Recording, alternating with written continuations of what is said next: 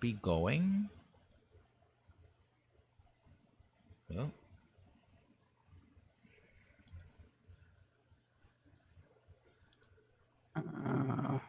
I got the prompt that said that you're live. yeah, and we should be going live. Hi, everybody, and welcome to the Lessons Learned podcast with myself and Chapelman. We were just talking about the weather and complaining that I had to basically strip the panel from my PC because it was so hot that it was overheating. I got two blue screens of death, and I said, I'm not going to risk my very expensive computer, at least expensive for me, melting in the tropical heat. I hope everybody's okay. Have a Yep. okay. Seems we had a notification. By the way, I'm using a new Streamlabs OBS. It's free from some people at Streamlabs. They are not paying for this. I'm just using it. So I'm trying different tricks here and there. And we're going to start with, as always, the news. And we were talking about the news. We had Microsoft, this is from The Verge, and also The No. Microsoft next generation Xbox will focus on the cloud. And let me show you.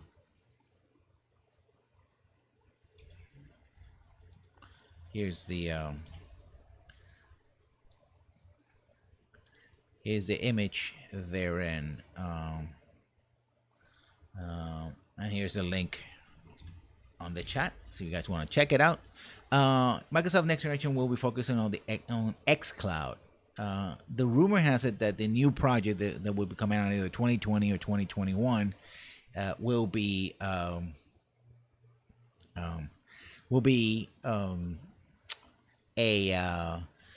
combination of machines. It will be Xbox Scarlet. That's the project, and from there on, we will see. And yes, you've seen that ad or bad because I'm taking it directly from from the website. And it'll also be two options. You'll have the regular console, and you're also going to have a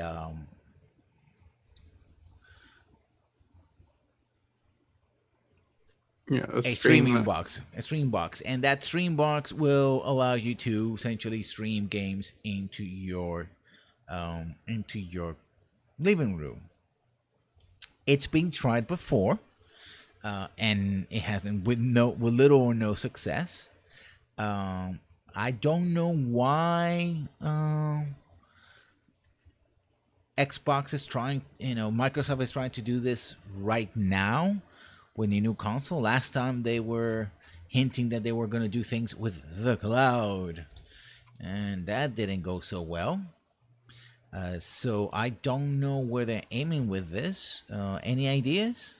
Well, it seems like they're trying to go for a more diverse market, have more options in terms of, do you want a console that can do XYZ, or do you want to play a little less and just have a console that just does X?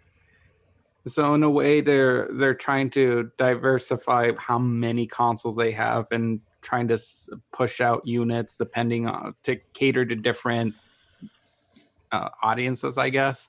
So people that just want to play games that don't need a device that also plays DVDs, Blu-rays, that can, I don't know what else the Xbox can do, use the Kinect.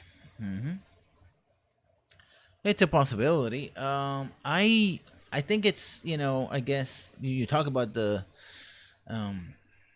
idea. I think it's maybe that they can offer a cheaper machine. Also because this generation, the thing that has really sustained the Xbox has been Xbox Live service, and they're big. They're really going for that. The model of games as service. So I'm thinking that maybe, just maybe, that's what they're going for. That's what they really want. And it's they're thinking maybe in some markets, perhaps, they can push that, but I don't think that's going to be very popular in most places. I mean, the backlash last time was because they were essentially saying, "Oh, you're always going to be always online," and yeah, eventually, sorry, just needs. Everybody was online, but more of a choice rather than being forced upon them, and that Yes. that hurt the image of the company significantly, Yeah. and the sales of the Xbox. So Especially when you're smug saying, "Hey, you know what? If you don't have a constant internet actions, no next gen console for you. Stick to our old one." mhm. That's pretty bad for sales. Yep, pretty But much. yeah, the I think the biggest thing is we'll have to see how the infrastructure of the internet is in 2 years. Oh, Hmm. the U.S. It's probably, I hear it's not as good as in other countries, but it's probably a lot better than in most places in the world. Here we only have one internet provider, and we're still, most areas just still have a regular copper lines instead of fiber, the fancy new fiber optics. So yeah, we'll have to see whether or not that actually works for Xbox. I think it's more, again, I think the idea is, oh, we're going to give you a choice. You have Hmm. a choice, maybe yes, maybe no. We'll see about that, but Maybe you I'm just not. have to stick to regular basic buying the disc, and that'll be interesting too because we have heard before that that kind of consoles have been wanting to move away from physical media and just stick to digital. So I'm still curious to see if in the next generation we will see a move away from physical media. As much as I prefer physical media. So I mean, I always like the option of physical media. I think that's the thing, because you never know what can happen. Or sometimes I don't want to play online.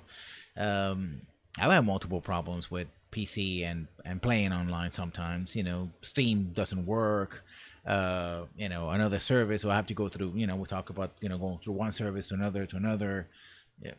And of course now everything is paid service as well, right? In order for Steambox, that I think is the key. We're forgetting that in order for the Mhm. Steambox to really work, you will need to subscribe to the Xbox Live to get the most benefit out of it, Hmm. right? I didn't even think about that.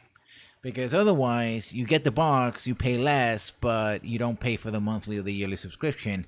You're not really getting the most out of your pure, you know, um, online machine, right? Yeah, and of course, we also see that Microsoft is moving towards that Netflix of video games kind of service, with you pay a monthly subscription fee and you have access to all these library of games. So it I can see sort of what they're trying to go for if that's their long term plan of just shifting to providing a digital service like that. Hmm. Although, of course, that means you have to buy two subscriptions. You got your Xbox Live and you got your Xbox Netflix subscription. I think it's included. Well, no. Xbox would include the whole thing with the free games, and even includes, I think, Netflix as well. It includes a couple of things, but you I'm sure there'll be like a rate that's, you pay. I thought it was like $15 for that access to the libraries, and I think it's like $60 now per year for mhm, internet subscription. So maybe they'll come up with like a bundle. probably, but it's a matter of hooking people, and if Microsoft is moving as a developer, also to be a game developer of games as service, then that sort of ties in. You pay them the subscription, you get free access to games, right? And then of course those games are loaded with microtransactions just so you can double and triple dip on whatever it is, right? Hmm. And of course you can crossplay with Twitch, with Switch and other platforms. So hey, hurrah for that. But I don't think I heard some comments that basically what's gonna probably gonna happen is gonna might do some brand confusion, right? Come Christmas, the parents want to buy the kids the box or nin station, right?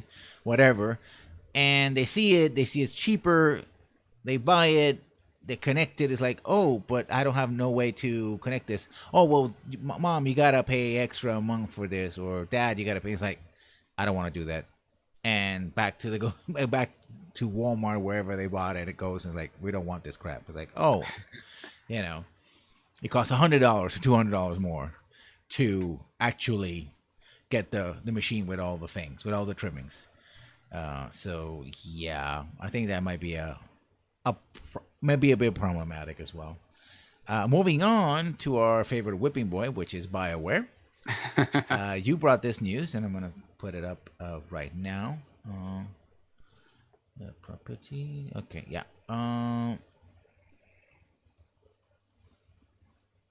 Anthem probably won't have party chat or support for satellite internet for the PC version. For the PC version. So what does that mean for us?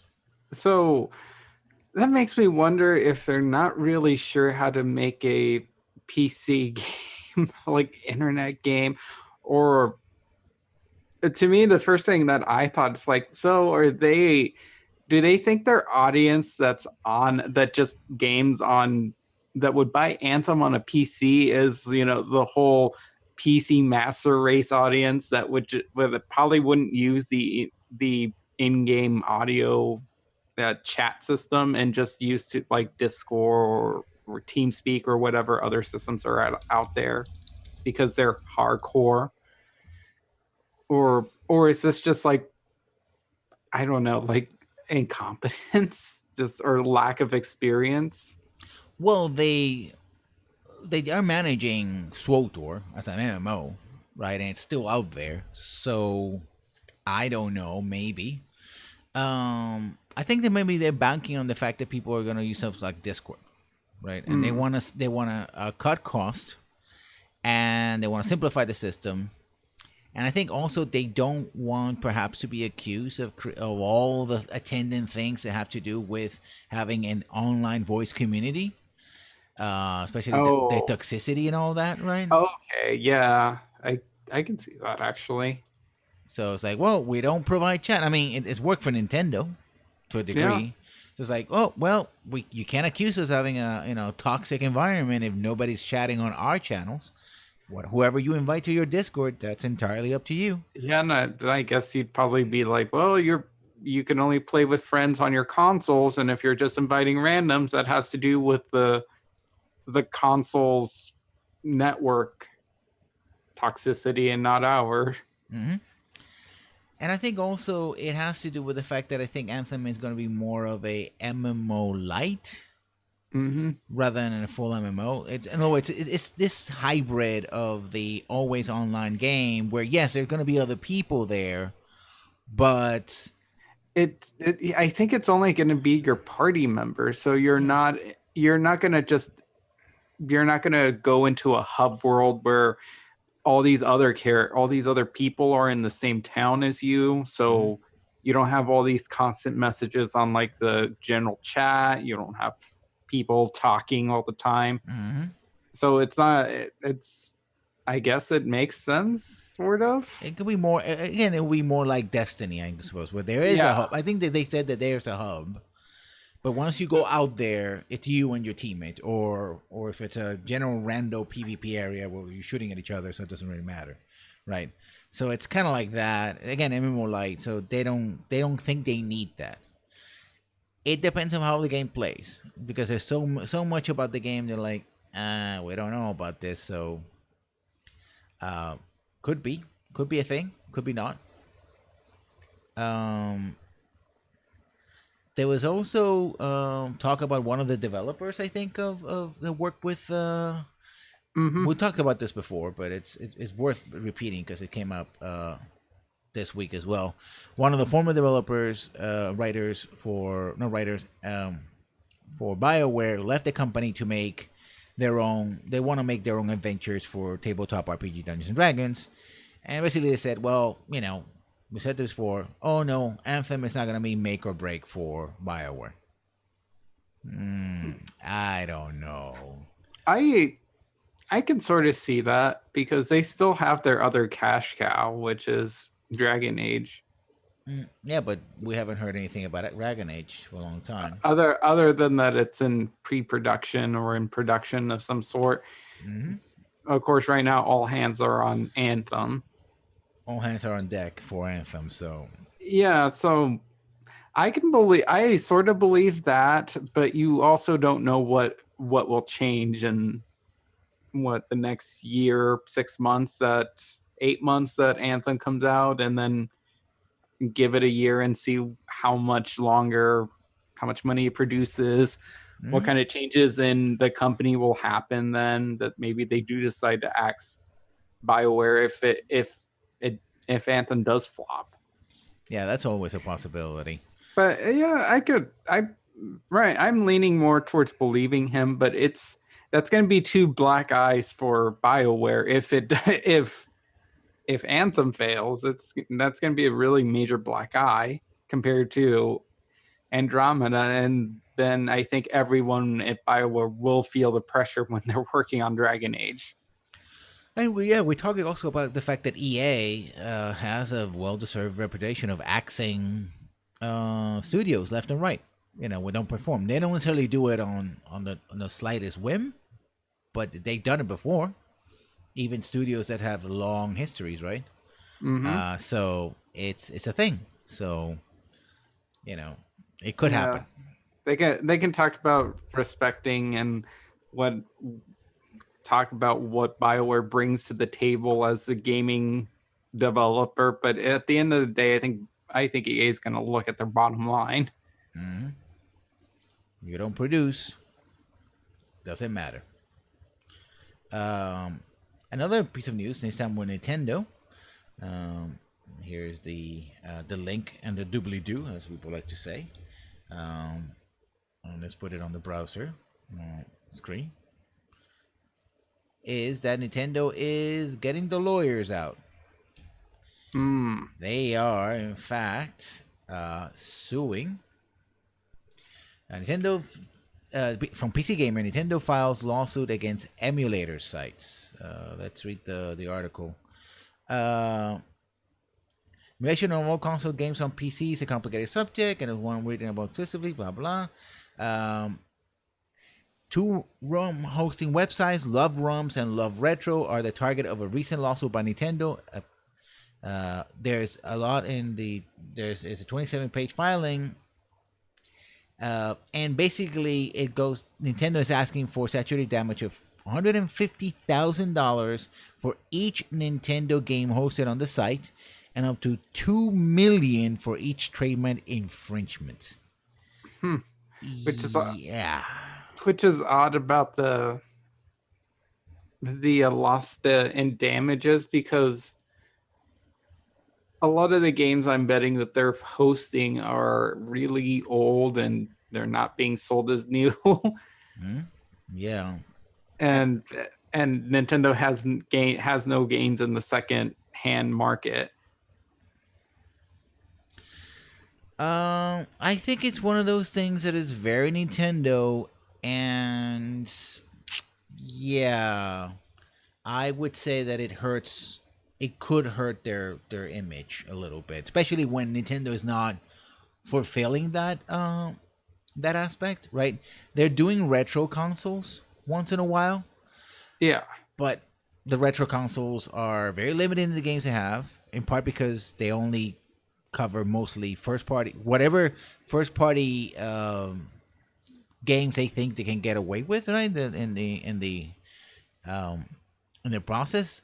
And the irony is that people can then use the retro consoles to emulate more games and put more games in them, right? Yep. So I think that's maybe what they're trying to do. They want people to go back to the retro console. You mentioned that, and something we discussed before, that perhaps they are trying to have their online service with their own games. Yeah, like maybe this is just them setting up future plans for maybe having access to doing the same thing that Microsoft's doing, is giving access to all their backlog of legacy software from every single console they've previously made. But I really doubt it. Knowing Nintendo, they seem to kind of drop the ball on backwards compatibility and legacy software. As you know, we sort of saw in the past 2 years with these releases of the mini consoles, which actually today I was kind of surprised that I went to Walmart and I saw that they had the NES Classic back in stock, which Oh, I'm like, yeah, I found a NES Classic, which I was kind of shocked. I'm like, when did they start rerunning those? Apparently, a couple days ago, someone posted that Amazon had them back in stock as maybe that's well. linked to the lawsuit as well. Well, maybe they're really trying to make more money off of selling these these NES ones. But at the same time, I think most of your major audience that would want those would probably want to flash them and put ROMs on them. Yeah. So The you're sort of taking away that incentive to buy them. Yeah, I saw in the store, yes, a couple of days ago. Basically, it was in Walgreens of all places. A Sega retro thing, and Yeah. an Atari ones are all over the place. Always. I mean, there's like gazillion versions of the Atari 2600. But one that was Sega. I think Sega, not Sega The Master System, but Sega, Genesis. yeah, Genesis in the United States. And I was Yeah, like, I've heard that one's not very good. yeah, and you can actually buy the games in a pack as well, which again is not very good. Hmm. Um, I think it would just be if they really want to make book on these games, it's either put them in a service for the Switch, or just sell them in a bundle, right? You Yeah. know, otherwise, I think they just it's basically a black eye on them on their part, right? It seems very heavy handed. I mean, talk about millions of dollars in lawsuits just to intimidate these things. And basically, what tends to happen is that they go underground, Hmm. right? They go torrent, piracy, that sort of thing. The whole issue of abandonware comes back. Um, and ironically, in a time where streaming Nintendo games are becoming more and more popular as well, because on that side of the equation, Nintendo has sort of softened their position on streaming. I see, for example, the Achievement Hunter doing like old Nintendo games, Wii and Wii U games. I've seen a lot of streamers, put their NES or Super NES and stream the games right there. Of course, games like the latest Legend of Zelda and other Twitch games have streamed very well. So I don't know. I mean, don't take it easy, a little bit easy on that one. It's I guess. that's my thing. Talking about someone else and modifying or bringing games back from the dead, we have No Man's Sky next. Mm. We get a couple of shoots here. I'm just gonna put because these are the screens from from Twitter. I'm not gonna put them on the page, but essentially a big update for No Man's Sky is in the offing, and it's going to be called No Man's Sky Next. Once again, for me, it's like, well, that feels like the game they should have delivered 3 or 4 years ago. Now I think close to It's 2 years ago. years. 2 years ago, it feels more like that, And I think Sean Murray came back from Radio silence, radio essentially. silence to say, mistakes were made. I said things. He sort of danced. Yeah, he didn't use the word lies, of course, but basically it was like, yeah, well, I, yeah, I, yeah, essentially, I think his excuse is that he wasn't expecting to be a PR person, and he sort of was kind of thrown into the role, and he got a little too excited when he was talking about his game. He didn't know where to draw the line and made promises that they couldn't keep. ye old Molyneux effect and Yep. effect. Yeah, but yeah, I suppose you gotta always play conservative. I suppose. I mean, that's the thing about hyping a game. And oh my God, No Man's Sky was overly hyped. Yeah, I when I first heard someone mention No Man's Sky, I looked it up and I barely found like a screenshot of it, and I couldn't understand why people were getting hyped over this game. Like you guys are getting hyped over nothing other than like a vague description of what this game is going to be and some screenshots of an alien world with a bunch of animals running around. Mm. And but yeah, so apparently this update, the major feature that it's brought is multiplayer access. And the thing is, though, I just saw the story that this patch is 10 gigs big. It's for the PC and the PlayStation 4, and the new Xbox version, I think it comes natively on it. Hmm. However, if you own the GOG version, it's not compatible with multiplayer. Oh boy. So I think the patch is there, but since the GOG version of the game doesn't have access to like the Steam servers and stuff, you essentially don't have multiplayer on that version. And as a matter of fact, GOG themselves are refunding, giving refunds to anybody who asks for them, even if you've been past the 30 days of Hmm. No Man's Sky, because they don't know when, if ever, that whatever the studio's name is actually going to ever patch their version. That's another black eye they don't need. I think they're Yeah. counting on the fact that most people play on PC and play on Steam and not GOG. Yeah. But GOG does have a very loyal following of people, and trust me, if you screw them over, they will badmouth your game thoroughly on the site and everywhere else. You don't want those. I mean, after Shamiri was talking about receiving death threats and stuff like that. I mean, I'm not saying that people should do that. By No. the way, yeah, I'm looking at you, chat. Just covering my butt here, but making a point as well. But sure, you gotta think that don't poke the tiger. It's not a good idea. Or maybe again it was a very small team working on a supposedly AAA project, and they just can't consistently deliver apparently, and that seems to be the problem. Mm-hmm. And something's got to give. But Yeah, and by the way, GOG is giving the refunds out of their pocket, mhm. not the studio or Hello Games.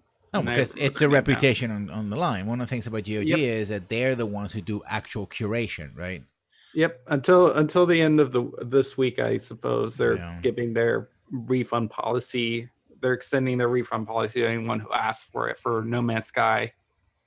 Yeah, they are the ones. I mean, that's the thing. Is like when I'm giving a choice, almost always I go with the GOG version. It's just because of they do curation, because they will tell you and break it down. For example, this game, you go to GOG page and say, okay, this is compatible with this. This game requires support for fight sticks or controller or keyboard and mouse. It works with this version of like Windows Vista, but not Windows 10 or 8 or whatever, right? They will break it down for you like that. Steam doesn't bother with that at all. They'll give you whatever they want. The developer tells you is the benchmarks, and that's it, right? They go above and beyond their stakes on, yes, we are like Steam, but better. We do Mm-hmm. it. We do it right, and so hopefully they're not gonna lose a lot of money in that. But it's, I think it's gonna be more of a bad show for them. Talking about small groups of developers doing big projects, there's a recent announcement today dropped a um a trailer, an official trailer for a big mod for Fallout 4 called Fallout Miami. Oh, Yep, and I'm I gonna don't- I'm gonna put the link to the YouTubes in the description because this one is pretty interesting. Essentially, it seems to be like an entire campaign or mini campaign down in Miami. The video already has 1.6 million views, so it tells you that quite a bit of people are interested.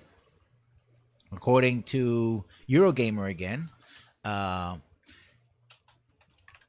Fallout Miami is a new world mod that has been in development for several years, but the team behind it now released an official trailer to display the work so far. It's pretty impressive. The first two mouse shots look like something from seeing an official Fallout trailer, and it's clear the mod will contain some fully fledged quest lines to keep players hooked.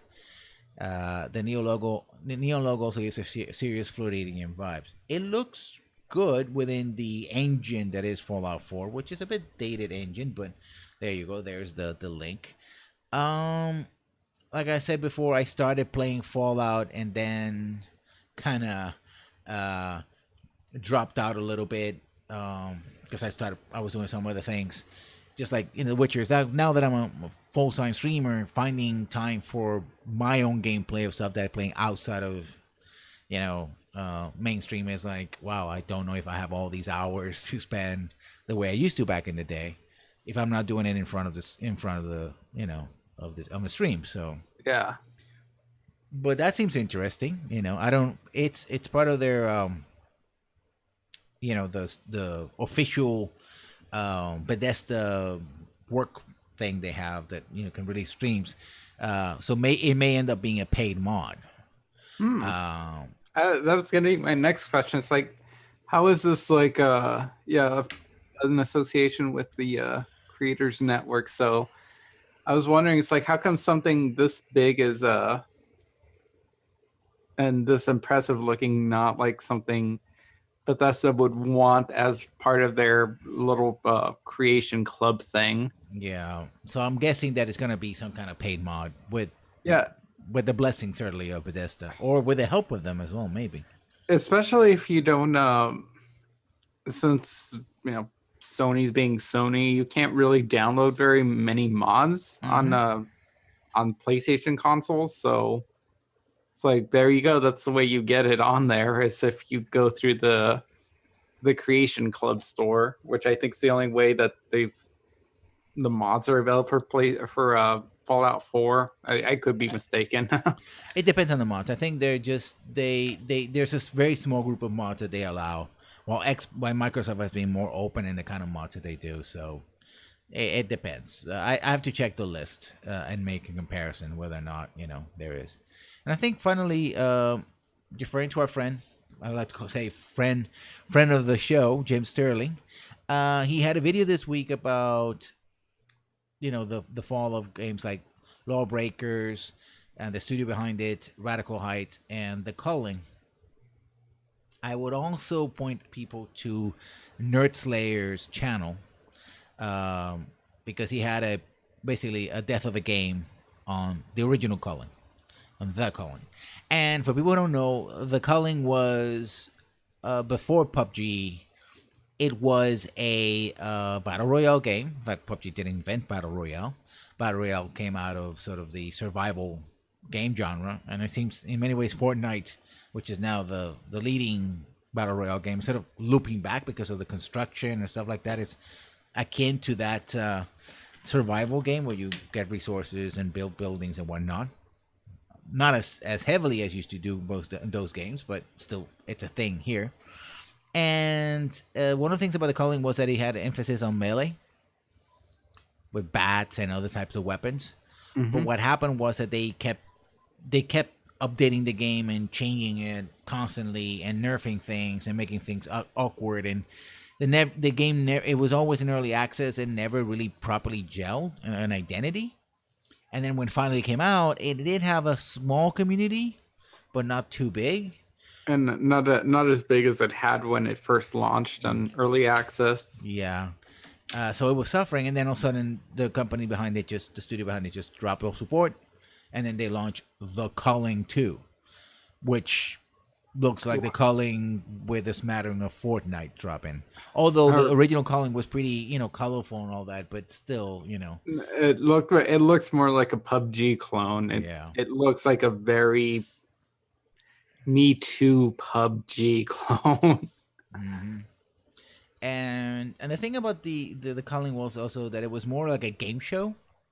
Like Hmm. the idea was essentially kind of like the original Battle Royale, the movie, where people are sort of watching, and the Demolition Man, not the Demolition Man, the Running Man, like that old movie from the '80s, Arnold Schwarzenegger, where uh, criminals were put into this area, and they had to battle like you know uh, gladiators, with guns, special guns, stuff like that, and they had to survive. That was kind of like the vibe that the Culling was going for, but it was never really successful. It came close, but it died. So I would point people to Jim's thingy video of the week, His post-mortem postmortem, analysis. and he probably explains it better than I. And I don't. Do we have any more? Ooh, well, we have. Yeah, there's a news right now. It's verifying your news that the refunds for those left behind, who don't get multiplayer. Let's put that link as well on the doobly-doo, as it were. So a lot of links tonight. I'm going crazy with the links. Um, Confirming that. And yeah, that seems to be all the news, unless we got anything else to add. No. Nope. Well, then we close the browser and we go into tonight's subject at 36 past the hour. And that is, are we as gamers, as we get older, particularly, do we have an inability to just let go?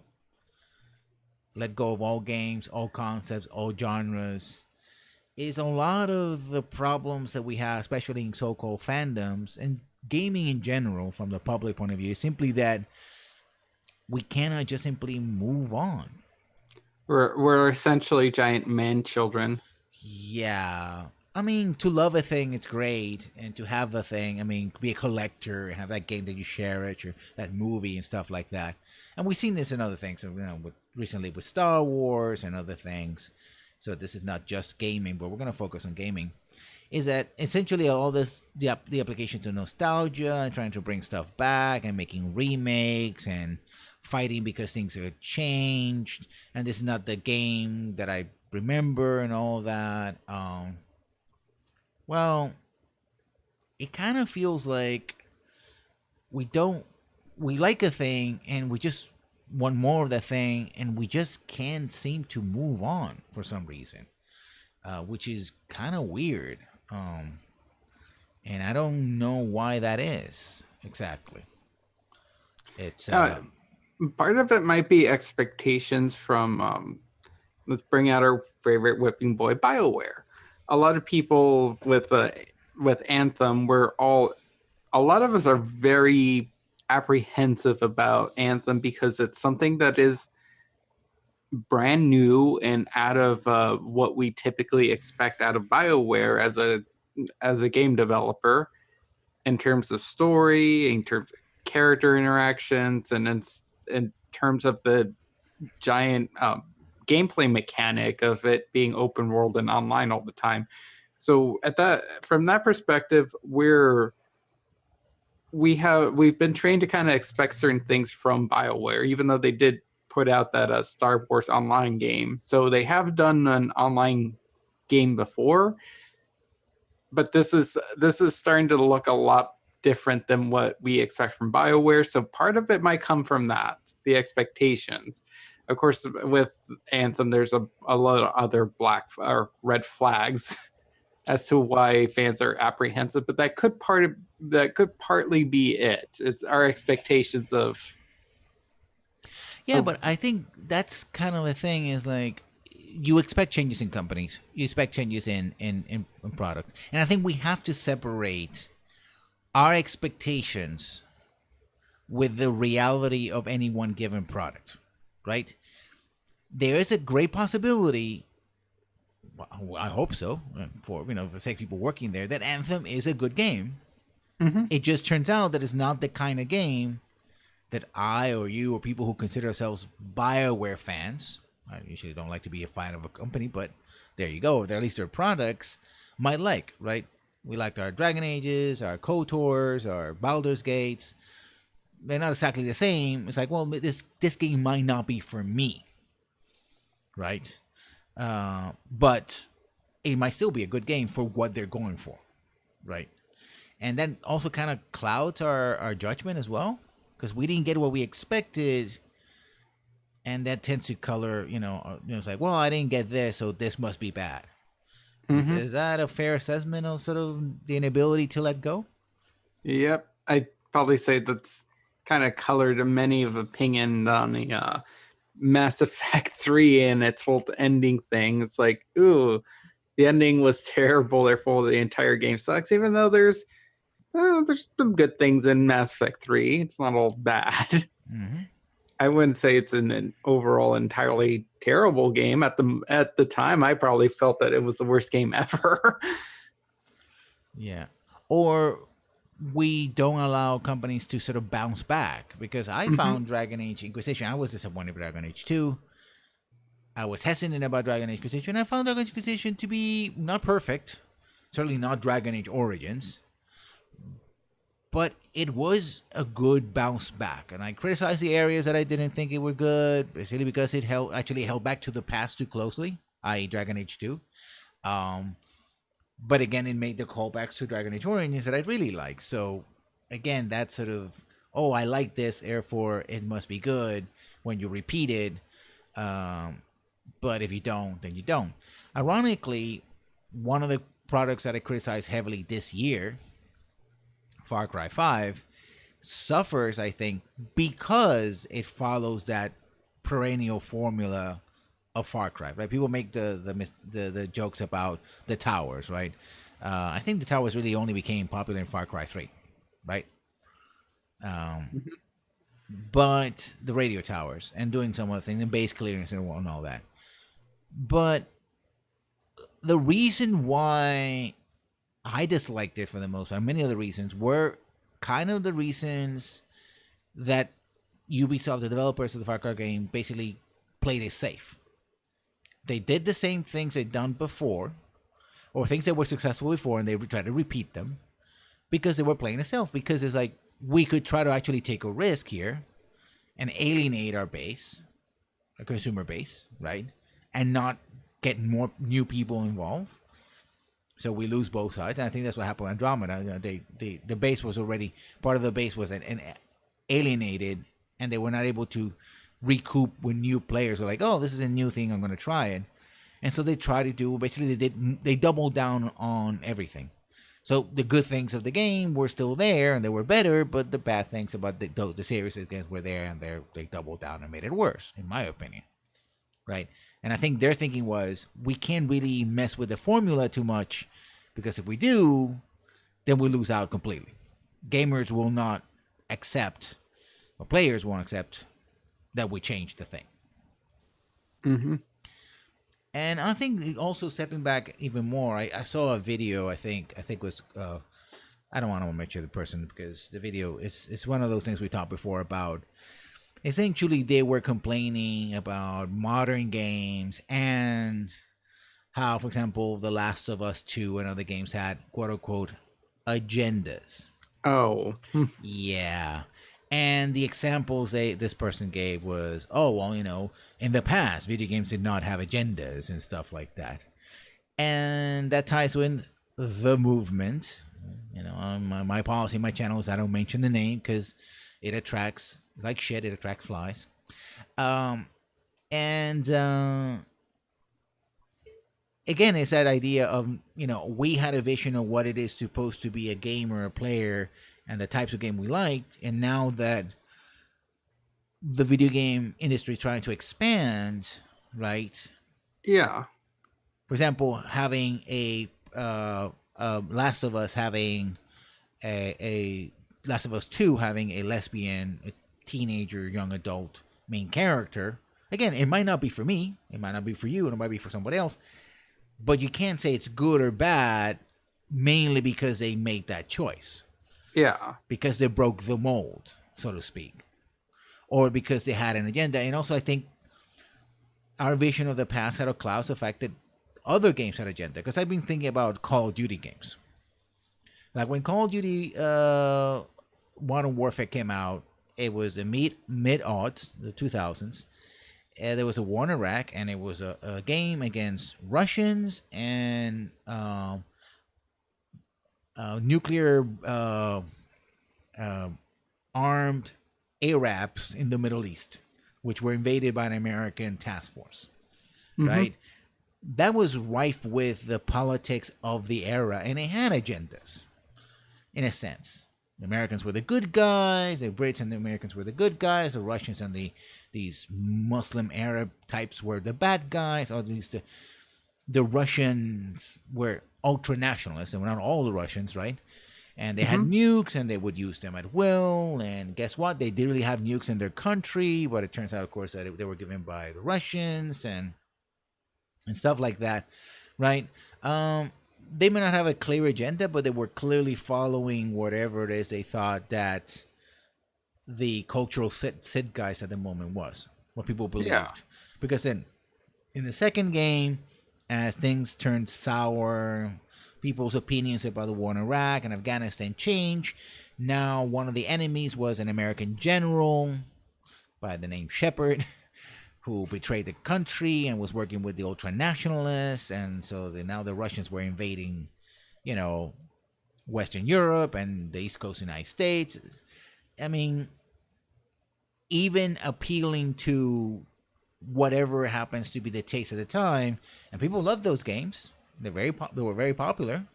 They're still popular, right? But you can't tell me there wasn't an agenda then, but you didn't see it because for you there was no. It was transparent, but now things are changing and you can't accept it. I know, and the thing is, too, people's perspective changes and times change a lot. So today I was playing Duke Nukem Forever. Megaton Edition for the PlayStation Vita. I was at a doctor's office waiting room so I pulled this out and played it because who was a Lazy Game Reviewers, he always brings up this game. It's like, oh my god, this is a game from my childhood, and he has a lot of nostalgia for it. And I'm just playing through and like, okay, the shooting's okay. It's a little weird. I think it might have to do with the Vita port. But I am just like, wow, there's a lot of objectifying women in this game. A lot of it. I'm like, it's so embarrassing. I'm like, I sort of understand the era where it was made and stuff. I don't think that doesn't mean that it absolves it from us being critical of it, but I think we also have to understand the area it was made. But I'm like, wow, this feels like it was made by a bunch of teenagers. For teenagers, which is odd for the rating. Well, it kind of explains some of the young people that were making video games in the 1990s were probably in their teens, late teens, and early 20s, right? We became superstars, the programmers back in the day. Yeah, and you know me, I'm not a prude either. No, it's like, boobies, that's great, but it's like, whoa, a lot of boobies, and look, just women, and that's all they do. Yeah, it's a game I think that you could. In fact, that brings me to another point: is that trying to recapture that nostalgia, like the last Doom game, kind of flopped completely because they tried to have that sort of humor of the early games, and it was like nobody okay, fine. As well as not being very good overall, it became it lasted so long that it's like that it couldn't capture the spirit of the original, right? And we tend to have these new. Doom came out and was pretty good, but Doom 3 wasn't, right? I played it back to back, Doom 3, and then I played the new Doom, and now we're gonna have a new Doom, I think next year, right? And the fact that we keep appealing to nostalgia, remaking games like Doom, or keeping franchises alive, I think also plays into this as well, right? Yeah. In a sense, and also ironically, games as service might even reinforce this even more. because if you're always on that one game, right, that you're always on there, uh, you can't really change too much of the formula. So they kind Yeah, of become like they might become like the soap operas of gaming, right? yeah. You can't overhaul like this game that you have already purchased and has been out for 5 years and just overhaul its engine and essentially make it a brand new game without just selling it and as a brand new game or as a sequel. And and it's very interesting that this happens in a industry that prides itself always on innovation and new graphics and new things and new gameplay, but we keep making these appeals to the past because again we as fans kind of find it very hard to move away from this. um, Hmm. on the other hand, I think it's very interesting. I've been playing XCOM and now XCOM 2, and I played the original XCOM. Well, there were a couple of games, but I played XCOM, and I'll make a comparison from XCOM and say Fallout. I played the original Fallouts. In fact, I even played the games that they were based on, which was Wasteland, way back in the day. Yes, I am that old, Chad. Um, and I also played the original XCOM, which came out in 1983, and I played the sequel, Terror from the Deep. I didn't play the ones that came after the change of gameplay and all that, which were not popular. And the same thing happened with Fallout as well. Yeah, Fallout Tactics and the Fallout some other things, and people didn't really like it. But I think because XCOM was a successful game, but relatively small game with a small following that came in the early 80s, early 90s, early to mid 90s, and then people played it and moved on. When the new XCOM came in, there were very few people. People like me were like, "Oh yeah, XCOM, I remember XCOM," but I wasn't so attached to the game that I was unwilling to give the game new try, at least for the wider market. There were some people, and the irony of XCOM is that they tried to make XCOM the Bureau because they wanted to make another first-person shooter, and they already made a first-person shooter, I think, or third-person shooter with XCOM. Um, People wanted a game that was more like the original, and that's where XCOM, Enemy Unknown, eventually Enemy Unknown Within came out. That was very successful. But I think it was successful not so much because of the demand of people who wanted to play the original. They probably were a very small group of them, very vocal but small group. It's like there was a wider group of people who hadn't played a game like that. Like, oh, this is pretty cool, very interesting, and had no idea about the original. They never played it. They probably never even born back then, or were at least kids anywhere. They didn't own PCs or anything like that. So why would they? With Fallout, which came out starting in a late 1990s and early 2000s, there were still a lot of people who remember the original Fallouts and the changes that Bethesda made to make Fallout 3